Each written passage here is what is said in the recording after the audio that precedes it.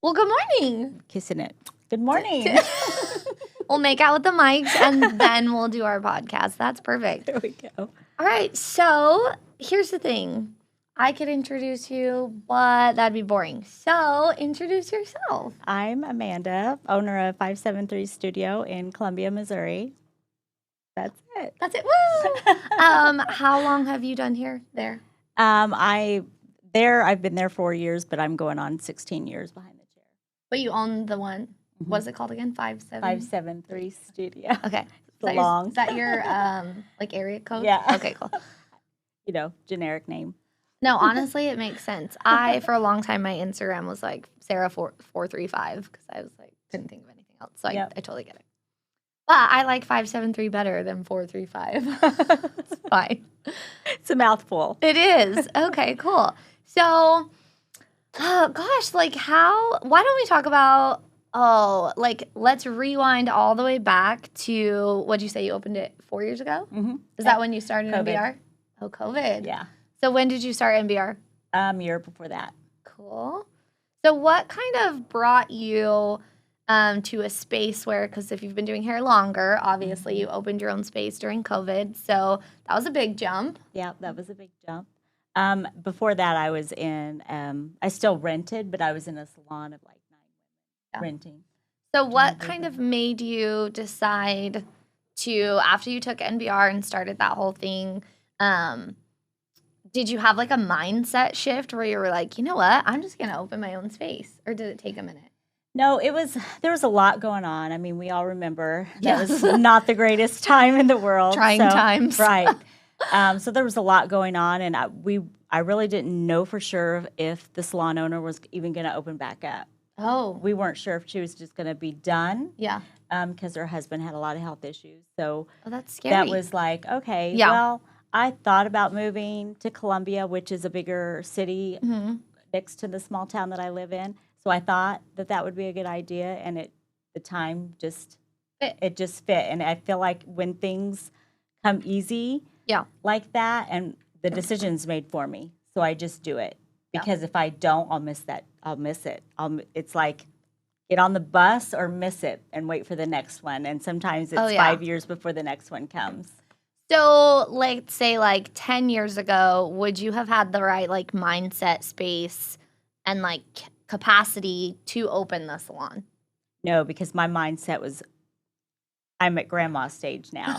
So, my mindset at that time was being close to home if my kids needed me. Yeah. Okay. So, 7 miles away versus 30. Yeah, I mean, that's a big difference. Yeah. So you opened your salon. How many chairs do you, talk to me about that. How many chairs do you have? It's just me. It's a suite. It's a solo suite. I do that too. I love that. Yeah, 350 square feet, I think, is where I'm at. Cool. Do you have an assistant? Me either. It's fine. If Danielle was here, she would smack us both, upside the head. Henry, they call my blow dryer Henry an assistant because he's an automatic blow dryer that just sits there and dries my webs. That's perfect. So that's about as close as it gets. So, okay, let's talk about, our kind of theme for today, we're going to talk about mindset shifting. So what had to change for you besides the obvious, I don't know if my boss is coming back to work. What am I going to do with hair? I'm going to take this jump because a lot of people don't do that. A lot of people work for other people. Mm-hmm. And they're like, no, I can't do it. Yeah. I think what changed it was I knew I had to create a different space for the type of people that I wanted to bring in. Mm-hmm. So I wanted to create something that was more one-on-one with my customers, more catered to them, where they can have quiet time, and I didn't have 9 other stylists going around. On at once, yeah. Because I felt like what I was doing was a little bit newer, and not a lot of people were doing it at the time. Mm-hmm. And the people that I was working with, some of them were recovering cancer patients. Oh. So we needed just more personal space versus all the conversations. The ladies I worked for were great. It wasn't your typical salon place, but it wasn't private. Conversations were you could hear because you were so close together, so you could hear conversations. And that connection, I was missing out on that Yeah. connection. I actually love that about my space right now. I'm kind of in a similar suite type of situation. I am opening a new salon with stylists, so I'm a little stressed, but not stressed, but it's a different environment because like it's true when I am just with like me one-on-one with a client, like we talk about whatever, there is nothing off the table and they feel like super comfortable. So I'm like, I want to be able to carry that over into like a stylist space, but work in progress. Yeah. It is. And it can be done, I'm Yeah. sure. Yeah. It's just you have to figure out what. Yeah. So, I mean, luckily we have a nice like starting point, and especially like BMS and MBR kind of gave that to us because I'm doing it with Brett. And it's just like we have seen and like talked to so many other stylists that are the same. And so it's like we know a lot of what not to do. So that's kind of nice. So we're going to hopefully like go slow into it and just make sure we do it the right way, hopefully the first time. So you could fall, though. I mean, you just shift what you're thinking and change it. Yeah. I will say the one thing that has like gotten me through a lot of stuff, and I would say like the last 6 months, is just knowing that like, because I don't even know what the word for this is, like making decisions has been difficult for me over like the course of my life because I'm like, oh, but what if this, but what if that, but what if this? And so then I almost like stall and procrastinate in making decisions, and then finally I'll do it, and then I'll be like, oh, that wasn't so bad, I should have just done that earlier. So the last like, I don't know, 3-ish months, I'm like, nope, I'm just going to make a decision because here's where my like life altering like mindset shift comes in. It's like, if I don't like it, I can just do something else. It's dumb. There you go.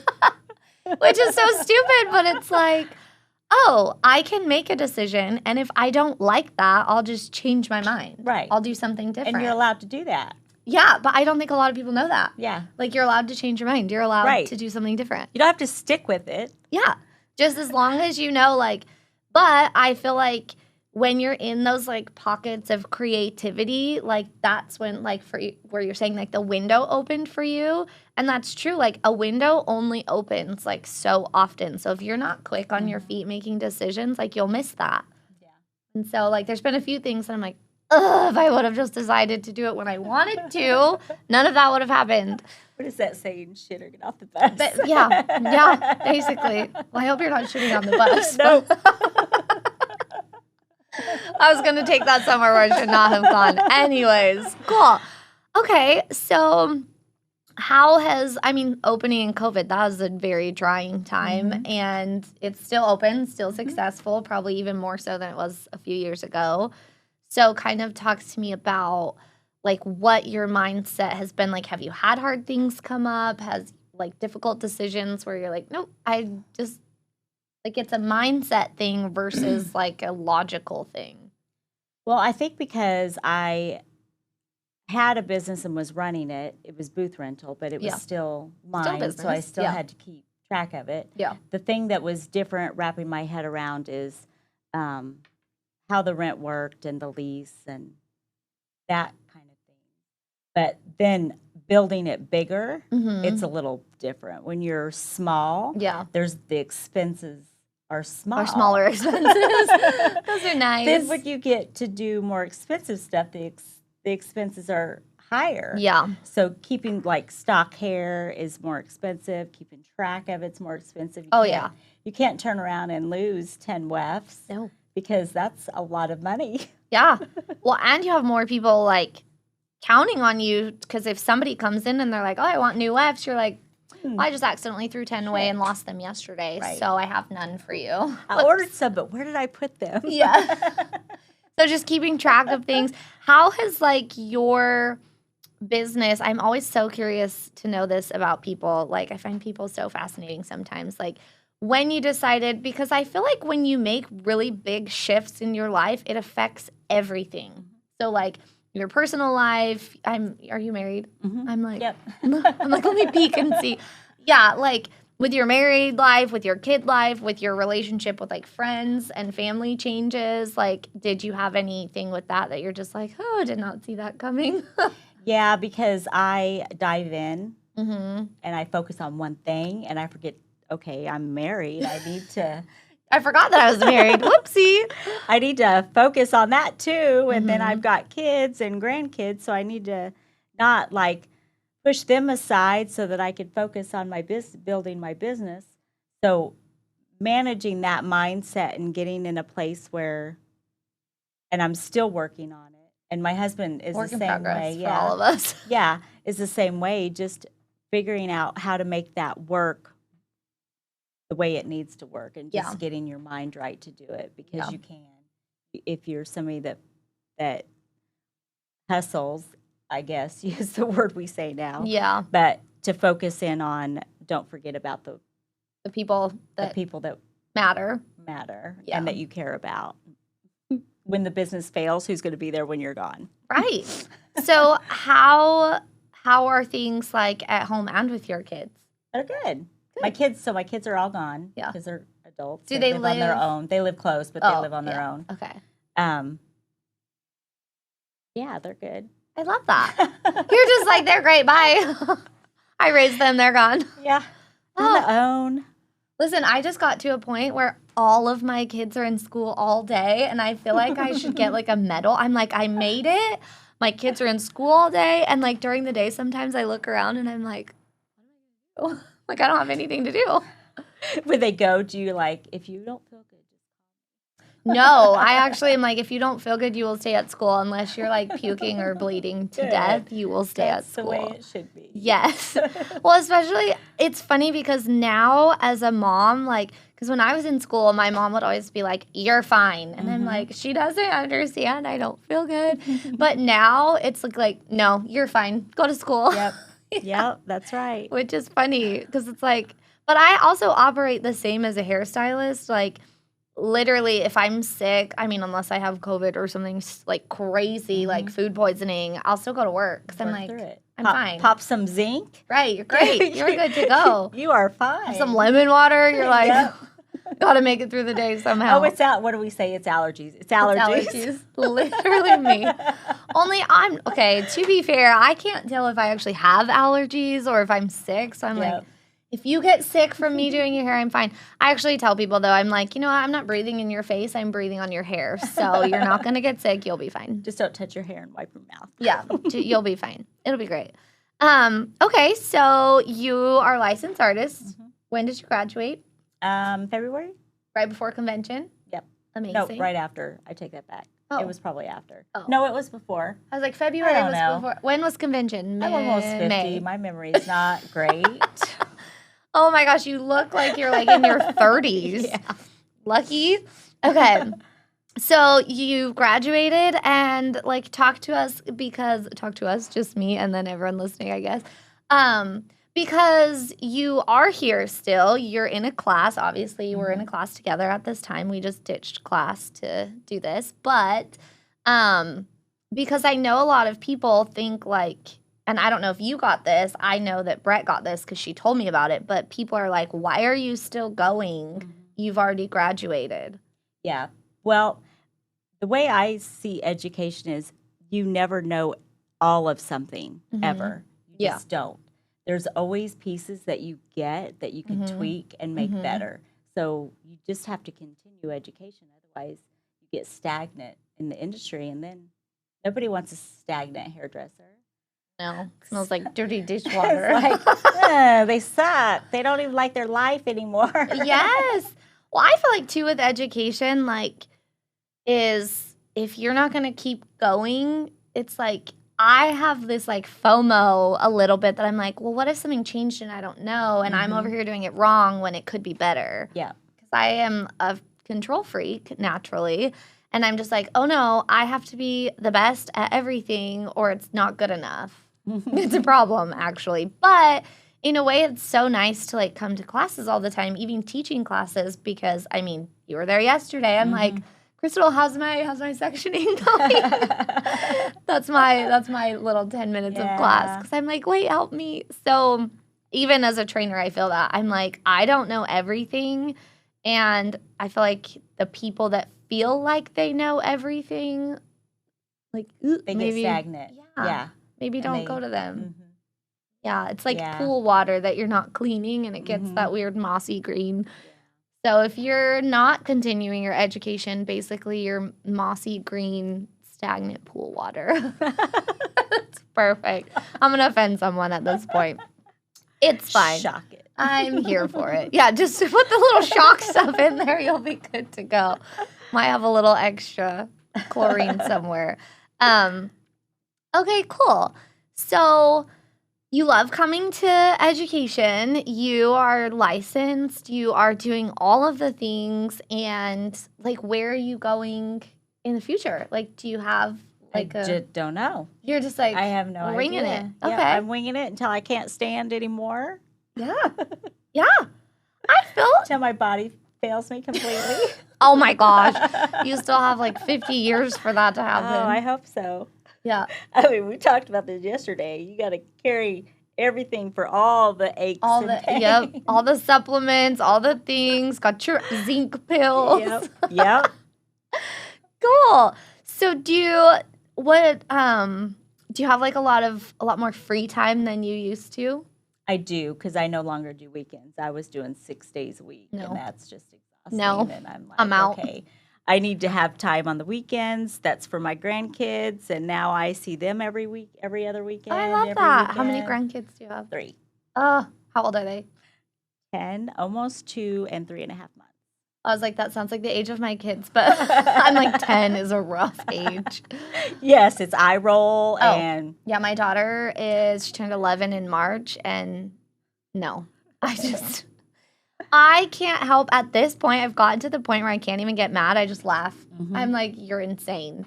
And the other day she was like, I told her to go shower. Hopefully, she's never going to listen to this, so that's great. But I was like, hey, you should go shower and like wash your hair. It looks kind of like, ooh. And she was like, no, I'm good. And I was like, okay. I'm like, if you want to smell, that's on you. Like, I'll go shower. And then she was like, fine, I will go shower. Storms off into the shower. You could hear her crying in the shower. Nobody loves me. I'm like, oh my gosh, so dramatic. Yes. And then she gets out of the shower and she's like, good night, Mom, and hugs me. And I was like, are you done being psycho? And she's like, yep. I'm like, no, okay.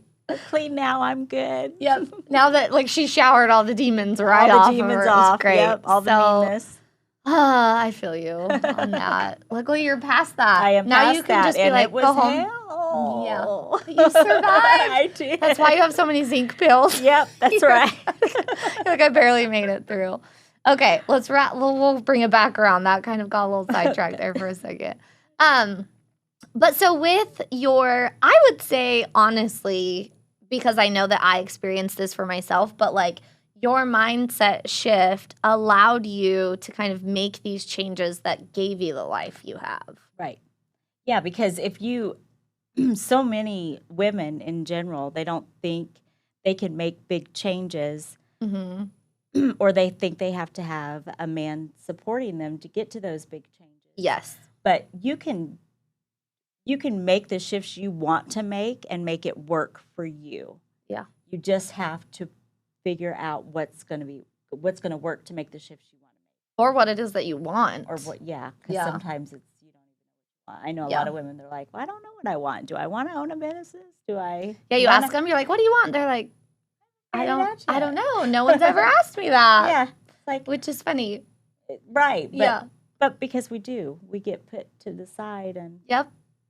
Yep. Nope, we're not doing that anymore. That's right. We're done with that. We're absolutely done. Amanda's going to smack you if you fall into that. That's right. That is so funny. So, okay. So we don't know where we're going in our future, which is great. Great news. You need a vacation. Yep. Whatever's going to come is going to come, yeah. I think. I love that. Something will present itself that's supposed to present itself. Yeah. I have been trying to lean more towards that a lot more lately. I'm like, whatever comes up, if it feels right and if it's easy, then I'll try it. Yeah. If not, I will decide to do something else. Yeah. I think some of us will want something so bad, we keep pushing and pushing and pushing. Yeah. But you have to at one point realize maybe that's not your time for what you want. Maybe you need something else first. Yes. To help you understand that other place first. That's why I say, like, when making decisions in my life lately, it's like if it is easy and it flows, then I know that it's like meant to be. Yep. If there's any type of resistance or like a little resistance, I'm like, I'll push it a little bit. Right. But if there's like more resistance, I'm like, no, I'm not going to fight this. Yep. It's just not the right time. Yep, I agree. I totally agree with that. Well, so I would say that's probably a wrap. Like, I don't even know how to top that. If you, we've got a great mindset coach right here that's going to tell us all of the things. So let that be a lesson to you. If it is easy, it's the right time. If there's resistance, it's not the right time. But like we have here, just go with the flow, see what comes up, and like ride the wave, I guess. Yeah, and always push for something better. Yeah. I mean, you still have to try. I mean, you look like you're 30 and you're in your 50s and you're just like crushing it. So I would say that's a win. Thank you. Yeah. So it's been fun having this conversation with you. I love that. So I don't know how to end the podcast, but we're ending it. And that's a wrap. And back to class we go. There we go. Done. Okay, have a nice day, you guys. Bye, guys. And help me.